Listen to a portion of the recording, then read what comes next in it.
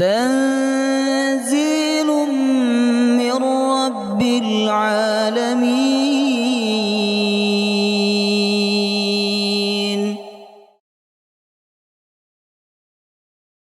يا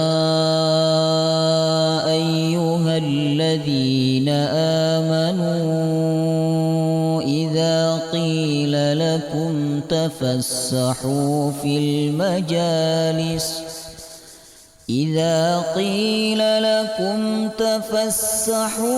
المجالس فافسحوا يفسح الله لكم وإذا قيل انشزوا فانشزوا يرفع الله الذين آمنوا منكم والذين أوتوا العلم درجات والله بما تعملون خبير.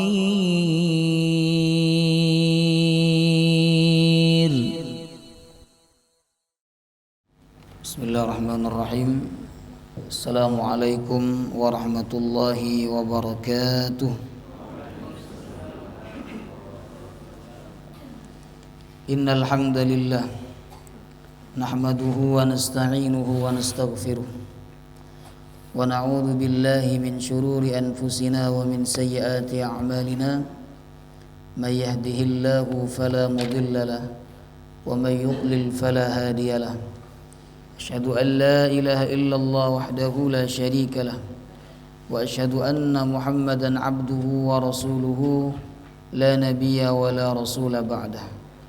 Allahumma salli wa sallim ala sayyidina wa nabiyyina Muhammadin wa ala alihi wa sahbihi ajma'in.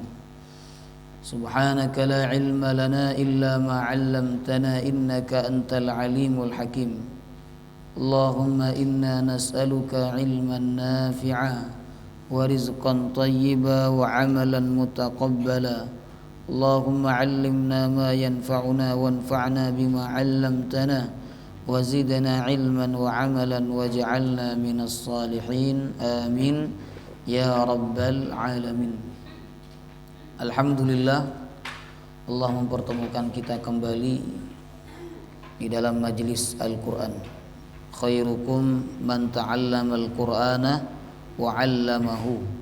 Sebaik-baik kalian yang belajar Al-Qur'an dan mengajarkan Al-Qur'an. Jadi kita datang ke tempat ini, kita semua ingin menjadi hamba yang terbaik di sisi Allah.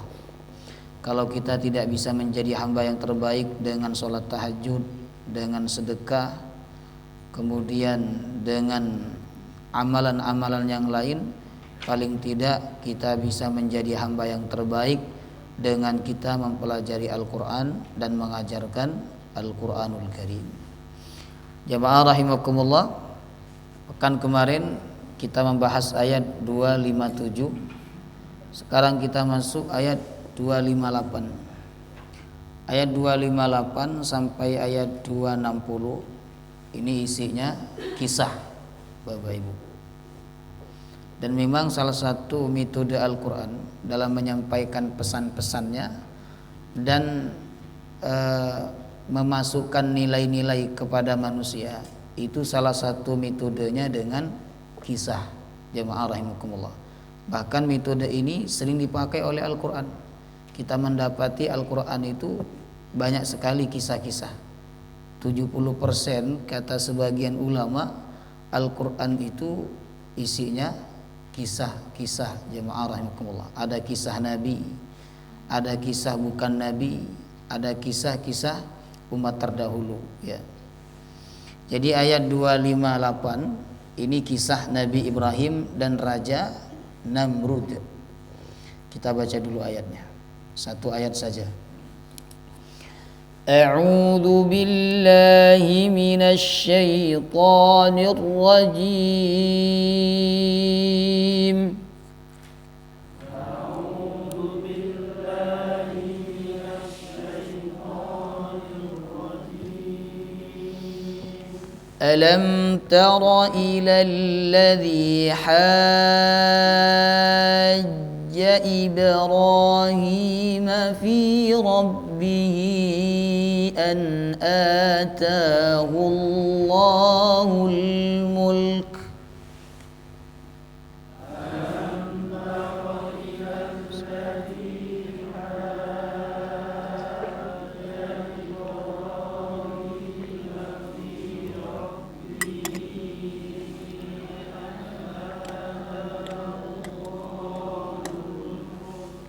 ada bunyi kafnya di ujung.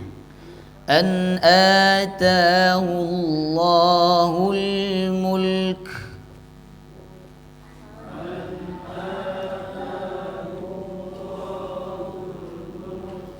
إذ قال إبراهيم ربي الذي يحيي ويميت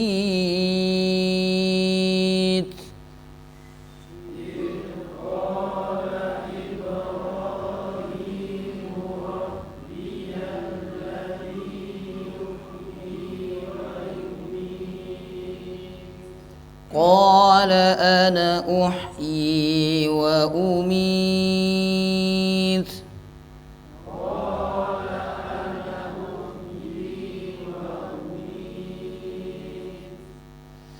قال إبراهيم فإن الله يأتي بالشمس من المشرق فأت بها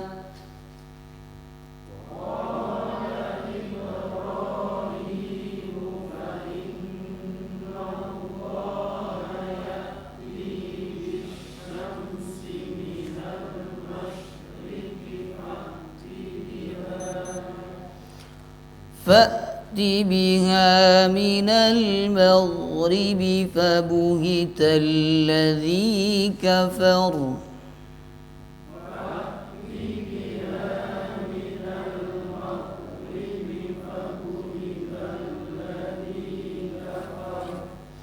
والله لا يهدي القوم الظالمين.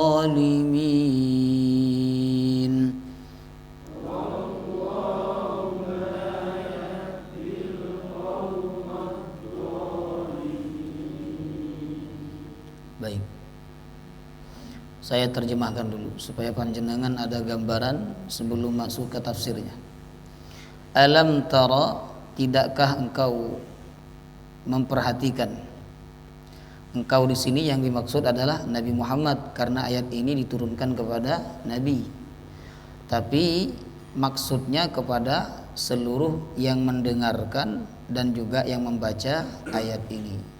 Jadi kalau kita Bapak Ibu membaca ayat Al-Quran yang ditujukan kepada kamu, maka kita harus merasa kamu itu adalah diri kita sendiri. Kata Ibnu Mas'ud, Iqra'ul Quran ka'annama unzila ilaik. Bacalah Al-Quran seakan-akan Al-Quran itu diturunkan kepada engkau. Jadi kalau ada kamu, maka kita merasa kamu itu adalah diri kita. Kalau ada kalian, kita juga merasa bahwa kita bagian daripada kalian itu. Ya.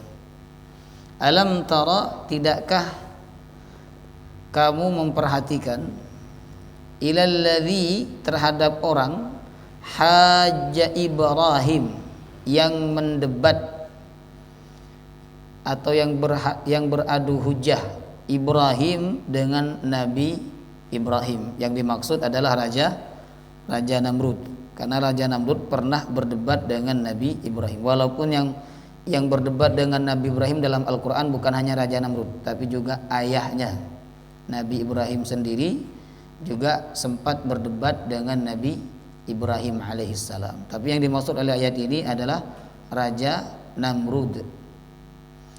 Tentang apa Raja Namrud itu mendebat Nabi Ibrahim? Fi rabbihi, tentang Tuhannya Nabi Ibrahim.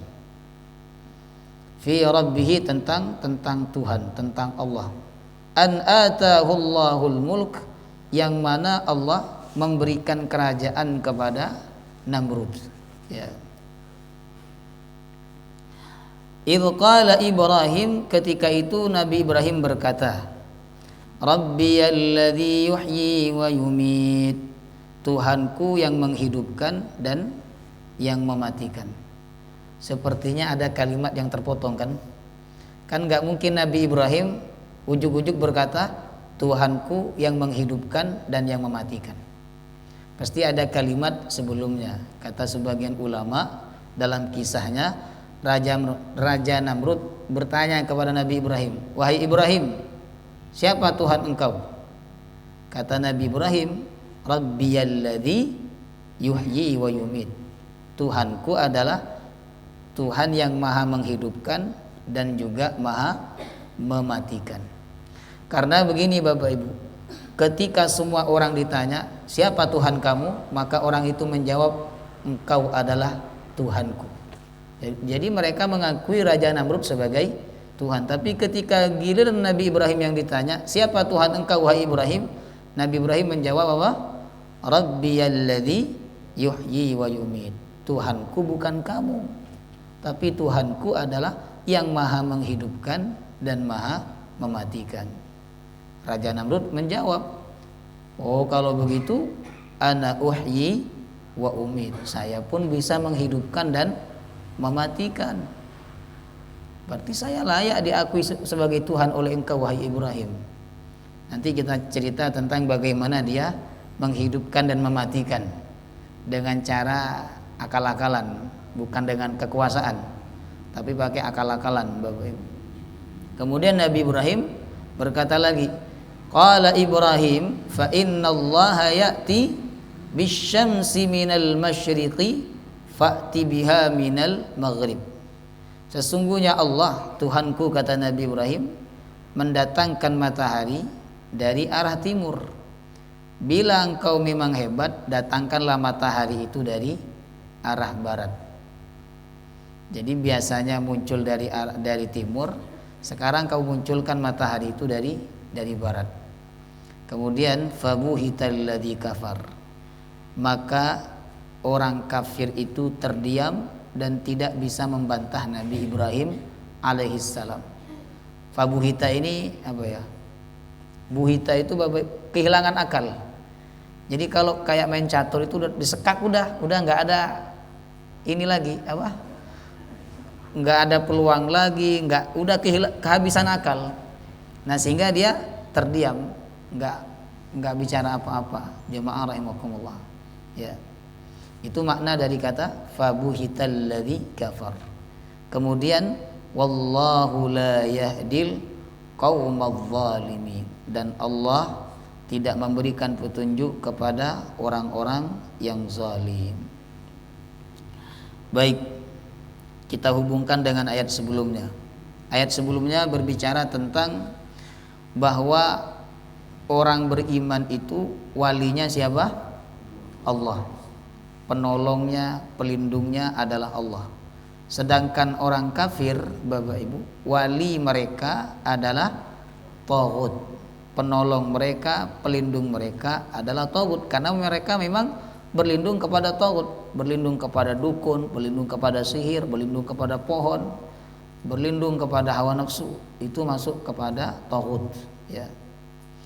Nah, kalau dua orang ini beradu, jamaah rahimakumullah, yang menang yang mana? Yang beriman apa yang kafir? Hah? Kalau dua orang ini beradu antara orang beriman dengan orang kafir, yang menang yang mana? Yang beriman. Kenapa? Karena orang beriman itu penolongnya siapa? Allah. Sedangkan orang kafir penolongnya adalah taghut. Jadi Allah lawan taghut, maka Allah yang menang. Taghut makhluk Allah, Allah yang menciptakan taghut. Jemaah rahimakumullah. Nah, makanya orang beriman itu selama mereka mengikuti aturan Allah dan Rasulnya pasti dimenangkan oleh Allah, ya, walaupun jumlahnya sedikit, Bapak Ibu.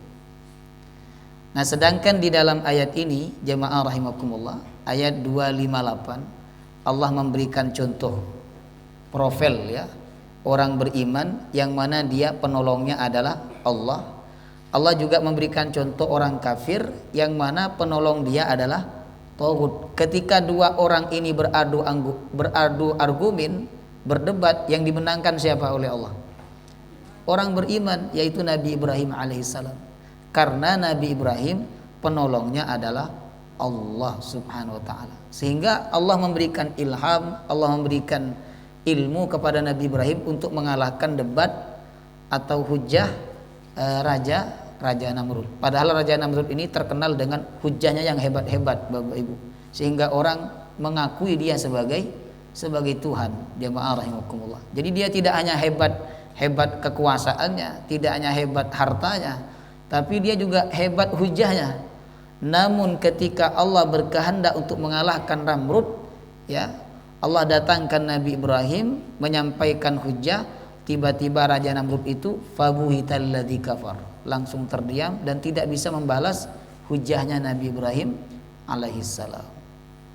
Jadi ayat ini memberikan pelajaran kepada kita bahwa orang beriman itu akan selalu dimenangkan oleh Allah ketika peperangan, ketika beradu argumen, beradu hujah, jamaah rahimahullah, beradu dalil dengan orang-orang kafir, orang beriman akan dimenangkan oleh Allah SWT, karena Allah yang menolong mereka.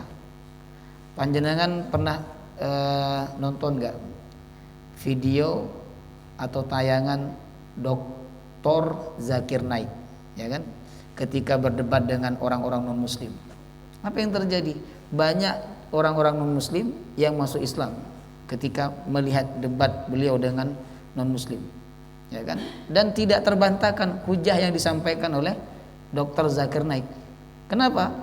Itulah Allah menolong orang-orang beriman, dan Allah pasti mengalahkan musuh-musuhnya. Wa qul ja'al haqqu wa zahaqal batil innal batila kana zahuqa. Kebenaran itu pasti menang, sedangkan kebatilan pasti akan kalah dan dia pasti akan hancur. Jamaah rahimakumullah. Ya. Baik. Kalau ada orang beriman kalah debat dengan orang kafir, Bapak Ibu, itu bukan karena kebenaran yang kalah, tapi orang berimannya itu yang kurang ilmu, ya kan? Makanya sebagian ulama tidak menyarankan orang itu berdebat di halayak umum. Khawatir yang berdebat membela kebenaran itu kurang dalil, kurang hujah, kurang ilmu, sehingga terkesan kalah, lalu orang awam terpengaruh dengan kebatilan. Jamaah rahimakumullah. Tapi kalau hujahnya kuat, hujahnya hebat, dalil-dalilnya kuat, silahkan debat di publik, di tengah halayak manusia, untuk menampakkan mana yang benar dan mana yang batil. Jamaah rahimakumullah. Baik. Kalau kita pahami ayat ini, Bapak Ibu, Nabi Ibrahim berdebat di publik atau hanya berdua dengan Raja Namrud? Di publik ini. Nah, kalau kita lihat sejarahnya jemaah rahimakumullah, ternyata beliau ini berdebat bukan di hadapan banyak orang, tapi berdebat hanya dengan Raja Namrud berdua. Karena nanti ceritanya Nabi Ibrahim itu diundang untuk mengambil makanan, tapi ditanya dulu, Tuhan kamu siapa? Ketika Nabi Ibrahim menjawab, Tuhanku adalah Allah yang menghidupkan dan mematikan, Raja Namrud tidak memberikan Nabi Ibrahim makanan, sehingga beliau pulang dalam keadaan lapar, sedangkan keluarganya menunggu juga dalam keadaan lapar. Ya. Baik. Kita masuk kepada tafsir ayatnya. Alam tara ilal ladzi hajja Ibrahim. Tidakkah engkau memperhatikan kalau ada ayat yang dimulai dengan alam tara, itu menunjukkan Allah minta kita untuk memperhatikan dan mengambil pelajaran. Contohnya di surah Al-Fil, alam tara kaifa fa'ala rabbuka bi ashabil fil. Biasanya ayat yang diawali alam tara itu isinya kisah kebanyakan. Contohnya juga di ayat sebelumnya yang sudah kita pelajari Bapak Ibu. Ayat 246 tentang kisah Bani Israel yang meminta raja kepada Nabi Samuel kan, alam tara ilal mala'i min bani Israil, ya. Pokoknya kalau ada alam tara dalam Al-Quran menandakan apa? Allah minta kita untuk memperhatikan dan mengambil pelajaran. Tidakkah engkau memperhatikan dan mengambil pelajaran ilalladzi, terhadap orang hajja Ibrahim, yang mendebat atau yang beradu hujjah Ibrahim dengan Nabi Ibrahim alaihissalam, ya. Allah itu mengutus Rasulnya sesuai kondisi kaumnya. Kalau kaumnya itu suka berdebat, maka Allah utus seorang Rasul yang ahli dalam berdebat. Nah, Nabi Ibrahim ini hidup di tengah-tengah kaum yang suka berdebat, berargumentasi, jamaah rahimakumullah. Makanya Allah mengutus Nabi Ibrahim alaihissalam, diberikan kelebihan punya kemampuan berdialog, berdebat dan berargumentasi yang baik, Bapak Ibu. Ya.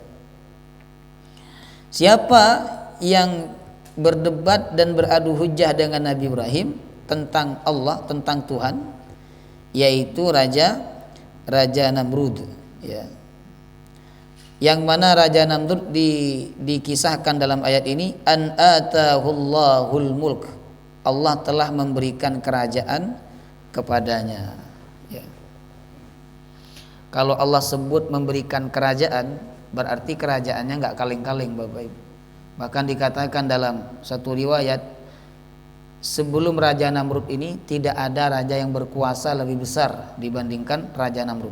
Lalu setelah itu baru ada raja-raja yang lain yang berkuasa, jamaah rahimahullah. Raja Sulaiman, Raja Zulkarnain, kemudian Fir'aun. Tapi sebelum itu yang berkuasa hanya Raja Namrud, ya. Di dalam hadis atau di dalam sejarah disebutkan bahwa ada 4 raja yang punya kekuasaan besar, dan 4 raja ini bisa dikatakan raja dunia. Sebelum mereka dan setelah mereka tidak ada yang memiliki kerajaan lebih besar dibandingkan 4 raja ini. 2 kafir, yang 2 mukmin. Yang 2 kafir siapa? Raja Namrud, satunya Raja bukan Bukhtanasor. Nama rajanya Bukhtanasor, tapi julukannya Fir'aun, Bapak. Bukhtanasor itu raja Mesir. Jadi semua raja-raja di Mesir itu julukannya Fir'aun. Tapi nama raja yang paling besar kekuasaannya adalah Bukhtanasor. Nama orangnya Bukhtanasor, jamaah Allah. Disebutkan dalam kitab-kitab sejarah. Yang pertama Namrud, yang kedua Bukhtanasor. Lalu Allah juga mendatangkan 2 raja yang muslim, yang mukmin, yaitu Nabi Sulaiman dan satu lagi Raja Zulkarnain, ya, yang disebutkan oleh Allah dalam surah apa? Zulkarnain itu Al-Kahfi. Wa yas'alunaka 'anil qarnain. Ini hebat raja ini, Bapak. Jadi Raja Zulkarnain itu berjalan ke arah paling barat, tempat terbitnya matahari. Setelah itu berjalan ke arah ke arah paling barat, tempat terbenamnya matahari. Setelah itu berjalan ke arah paling timur, tempat terbitnya matahari. Pakai apa perjalanannya? Wallahu ta'ala alam. Namanya juga raja yang diberikan kelebihan khusus oleh Allah, ya bisa saja. Seperti Nabi Sulaiman bisa menggerakkan angin, bisa berbicara dengan hewan. Jamaah rahimakumullah. Bahkan Raja Zulkarnain kan membangun dinding yang kokoh tinggi yang tidak bisa ditembus oleh bangsa Ya'juj dan Ma'juj. Dinding itu wallahu ta'ala sekarang masih ada atau tidak? Ada sebagian ahli sejarah mengatakan bahwa dinding itu adalah tembok Cina. Tapi itu ngaku-ngaku aja, Bapak Ibu. Allah tidak menyebutkan secara khusus di mana tempatnya. Kemudian raja muslim yang kedua adalah Nabi Sulaiman alaihissalam. Jadi selain sebagai seorang nabi, juga sebagai seorang raja. Saking hebatnya Raja Sulaiman ini, Bapak Ibu, sampai lantainya itu terbuat dari sesuatu yang ketika orang mau menginjak, orang mengira lantainya adalah air. Hebat nggak tuh? Hah? Ada nggak sekarang lantai yang ketika orang melihatnya, orang mengira bahwa lantai itu adalah air? Ada nggak sekarang? Belum ada, Bapak Ibu. Berarti bangunan zaman dahulu itu lebih canggih dibandingkan bangunan zaman sekarang. Jemaah rahimakumullah. Ya. Kemudian Raja Namrud ini dikenal sebagai raja yang besar, kuat, dan kekuasaannya sangat luas, Bapak Ibu. Ya. Bahkan dikatakan beliau itu berkuasa selama 400 tahun. Jadi hidupnya itu hampir 1000 tahun, jamaah rahimakumullah. Ya, hampir 1000 tahun, 400 tahun berkuasa, nanti 400 tahun berikutnya Allah siksa dia dengan nyamuk. Jadi ada nyamuk masuk ke dalam hidungnya dan dia memukul-mukul kepalanya selama 400 tahun.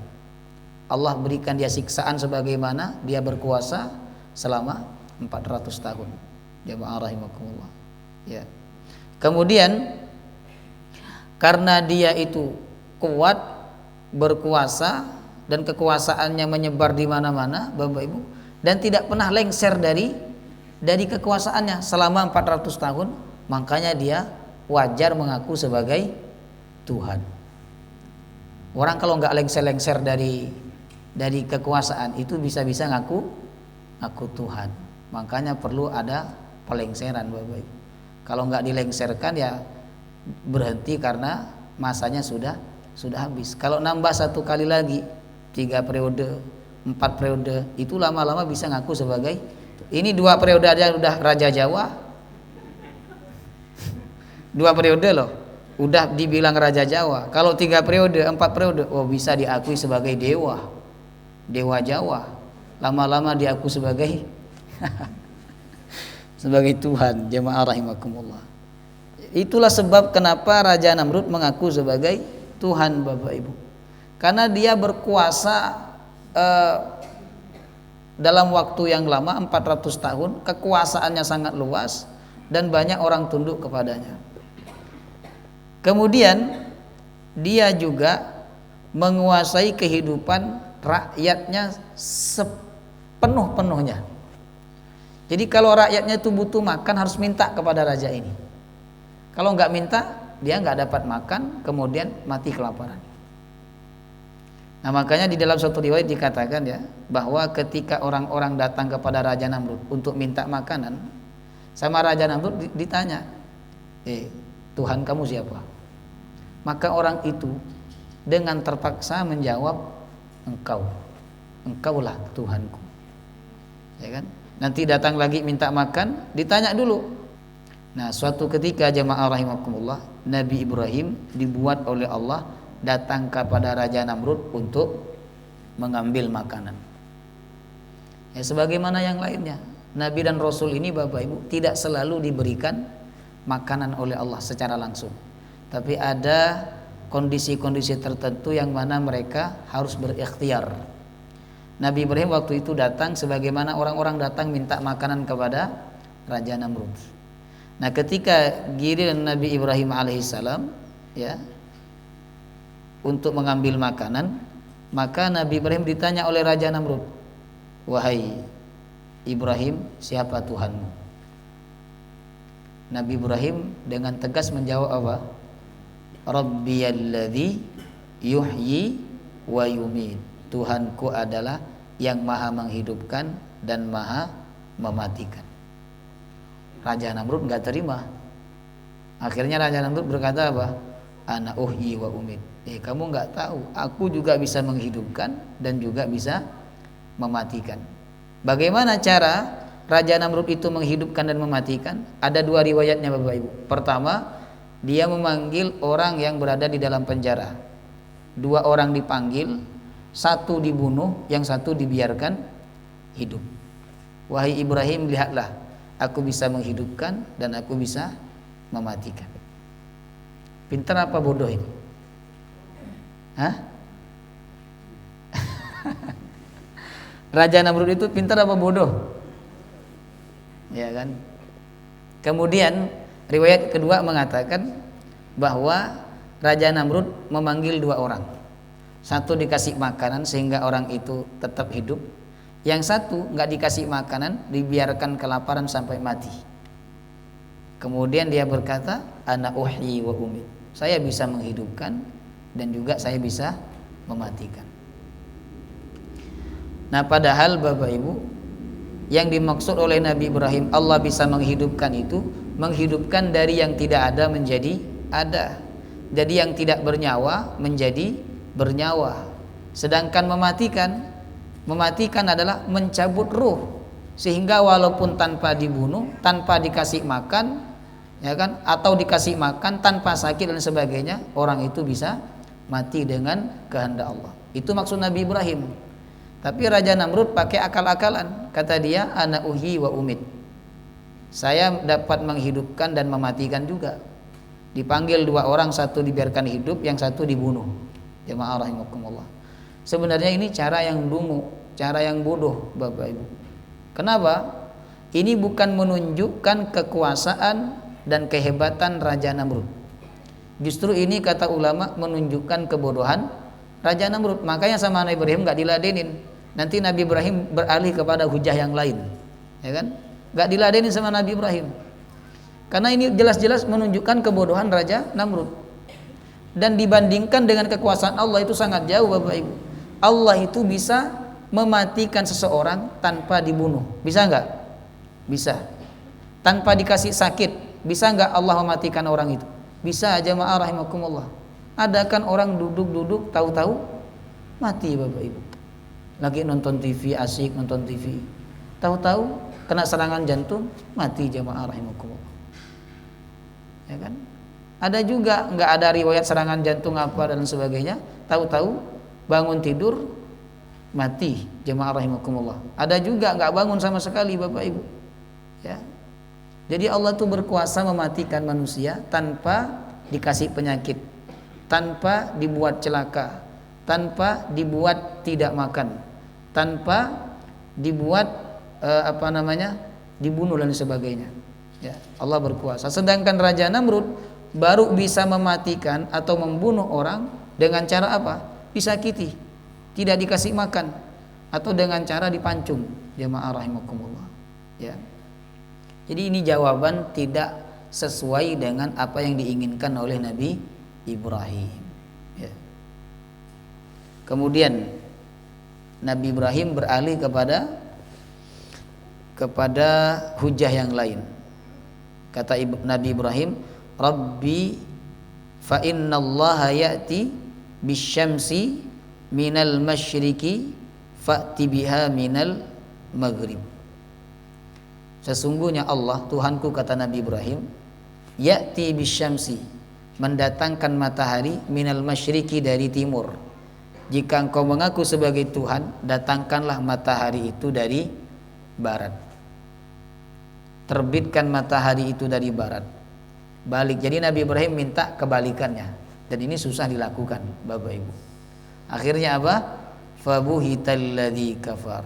Orang kafir itu pun bungkam, terdiam, dan tidak bisa berargumentasi. Jamaah rahimakumullah. Karena memang dia tidak bisa membuat matahari itu terbit dari barat.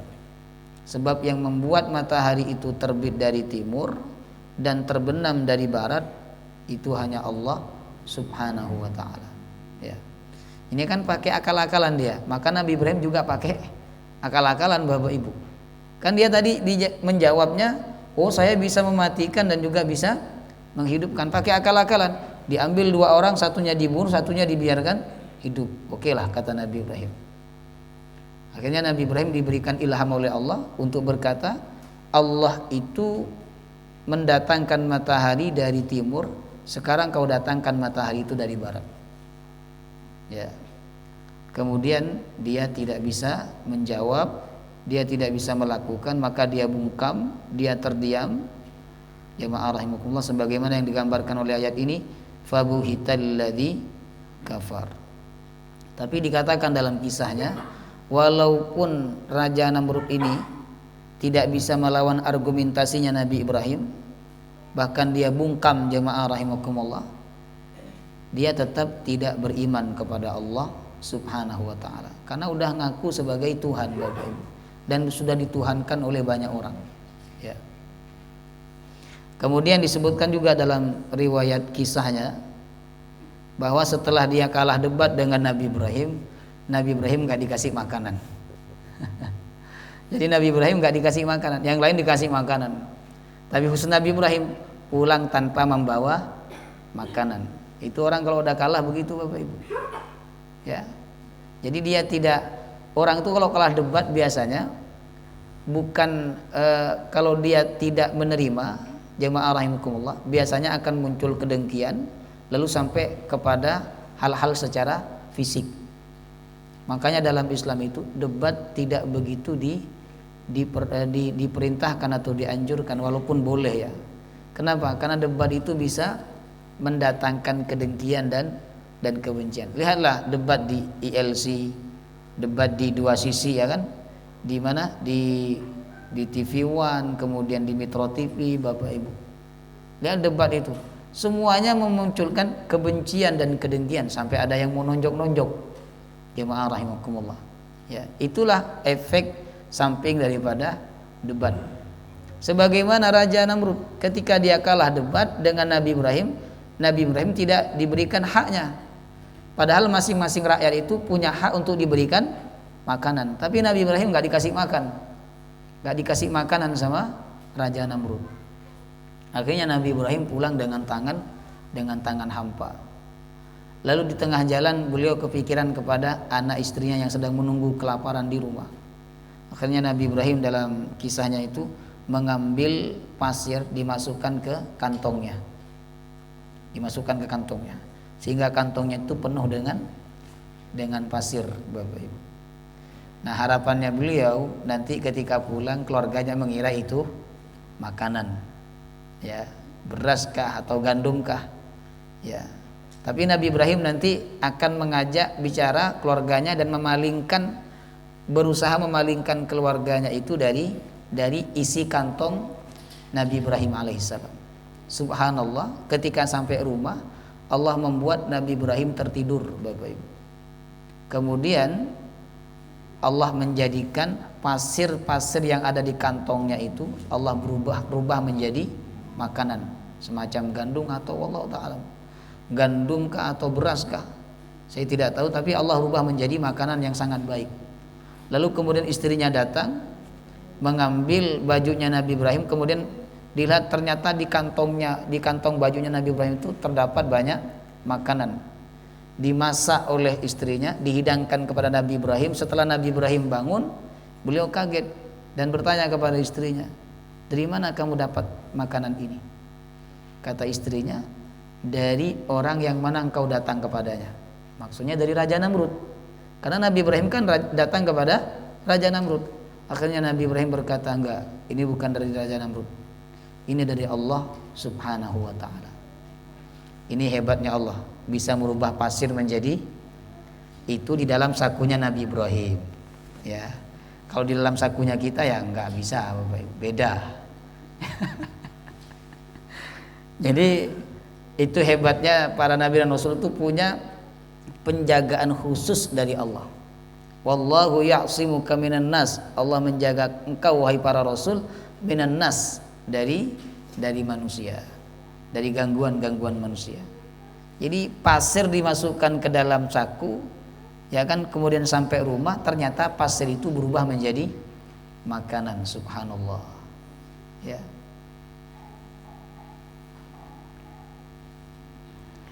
Kalau kita Bapak Ibu di dalam saku kita ada pasir, ada daun, kemudian berubah menjadi makanan, itu memang ada yang mengganti ya, bukan karena berubah dengan sendirinya, enggak, memang ada yang mengganti jemaah rahimakumullah. Dan jangan percaya dengan atraksi-atraksi seperti itu ya kan. Awalnya benda misalnya kertas tiba-tiba berubah menjadi uang, atau berubah menjadi selendang, berubah menjadi kain. Jangan percaya itu hanya atraksi, kemudian itu hanya permainan. Jamaah rahimakumullah. Ya. Dan itu tidak menunjukkan kehebatan mereka. Ya. Kemudian Allah Subhanahu wa taala di dalam kisahnya mengirimkan malaikat untuk mengajak Raja Namrud beriman kepada Allah. Tapi Raja Namrud itu tidak mau. 3 kali malaikat itu mengajak dia beriman, tapi dia tetap tidak mau, Bapak Ibu.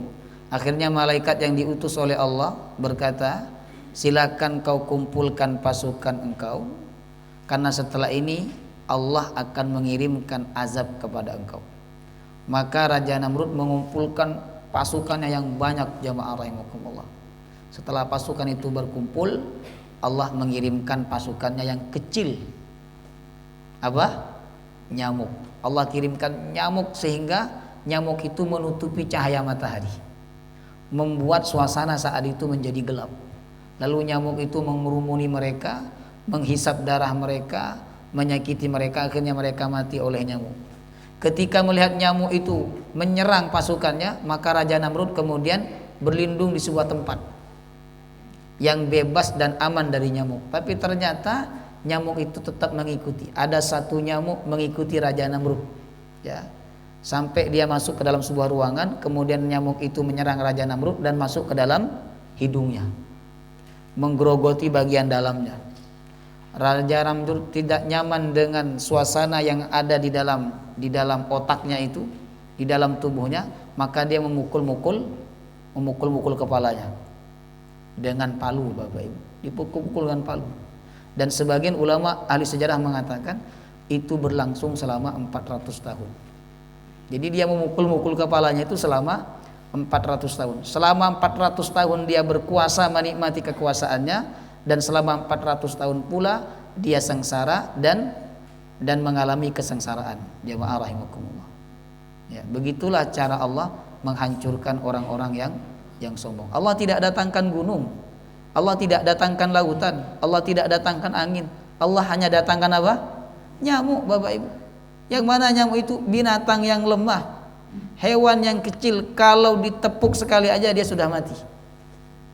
Tapi dengan itu dia tidak bisa melawan. Begitulah Allah kalau ingin menjadikan sesuatu walaupun kecil, kalau ingin dijadikan sebagai pasukan untuk menghancurkan manusia, maka manusia hancur dengan itu. Seperti Raja Abraha, Allah datangkan burung, jamaah rahimakumullah. Ya. Wallahu la yahdil qaumadz zalimin, dan Allah tidak akan memberikan petunjuk kepada orang yang zalim. Jadi ketika Raja Namrud disampaikan hujjah oleh Nabi Ibrahim, dia tidak bisa melawan hujjahnya, karena memang Allah tidak akan memberikan petunjuk kepada orang yang zalim, Bapak Ibu. Ada 4 pelajaran dari kisah ini. Yang pertama, bolehnya berdebat dalam rangka menjelaskan kebenaran dan menggugurkan kebatilan. Boleh. Sekarang yang lagi viral itu debat apa? Debat nasab. Yang lagi viral sekarang, nasab Ba'alawi, nasab Habib yang selama ini dikatakan oleh orang sebagai keturunan Nabi. Yang sekarang lagi ramai nih, Bapak Ibu, debat nasab. Kita nggak usah debat nasab, kita debat nasib aja. Ya, karena nasab ini tidak berpengaruh kepada nasib. Walaupun sebagian orang menjadikan nasab itu sebagai sesuatu untuk memperbaiki nasibnya, jemaah rahimahullah, ya kan? Jadi debat itu diperbolehkan untuk menerangkan kebenaran dan mengalahkan kebatilan. Yang tidak boleh itu debat kusir, debat kebencian, debat dengan kata-kata kasar, itu nggak boleh. Seperti di ILC itu sebenarnya dalam Islam nggak boleh. Itu debat nggak ada manfaatnya itu. Jemaah rahimakumullah, ya kan? Nggak ada manfaatnya. Tapi kalau debat untuk mempertahankan dan menerangkan kebenaran, itu diperbolehkan, terutama debat antara muslim dengan orang non muslim, ini diperbolehkan. Kalau debat muslim sama muslim boleh nggak? Muslim dengan Muslim berdebat boleh nggak? Misalnya NU debat sama Muhammadiyah, masalah apa? Masalah kunut. Debatnya masalah kunut, masalah tahlil, masalah Maulid Nabi, masalah Isra Mi'raj dan seterusnya. Boleh nggak debat seperti itu? Sebenarnya boleh-boleh saja, untuk menerangkan masing-masing bahwa masing-masing itu ada dalilnya, ada rujukannya, mana yang benar dan mana yang salah diperbolehkan Bapak Ibu. Kemudian yang kedua, jemaah rahimakumullah, ketika kita tidak bisa membungkam musuh dengan satu hujjah, kita jangan bertahan dengan hujjah itu, tapi kita pakai hujjah yang lain, sebagaimana Nabi Ibrahim. Ya, itu pelajaran yang kedua. Yang ketiga, kebenaran itu tidak akan kalah. Kebenaran itu pasti menang, justru kebatilan itu yang akan kalah. Allah mengatakan, "Huwallazi arsala rasulahu bil huda wa dinil haqqi liyudhhirahu 'alad dini kulli." Dialah Allah yang mengutus rasulnya membawa agama yang benar untuk mengalahkan agama yang lain. Mengalahkan ini bukan mengalahkan pengikutnya. Karena sekarang pengikut agama terbanyak itu bukan agama Islam, Bapak Ibu. Tapi nanti di akhir zaman pengikut agama terbanyak adalah agama Islam. Pengikutnya yang terbanyak agama Islam. Tapi yang dimaksud oleh ayat tadi adalah mengalahkan bukan pengikutnya, tapi mengalahkan hujahnya, mengalahkan dalil-dalilnya atas agama-agama yang lain. Ya. Jadi kebenaran Islam itu tidak terkalahkan dan tidak terbantahkan.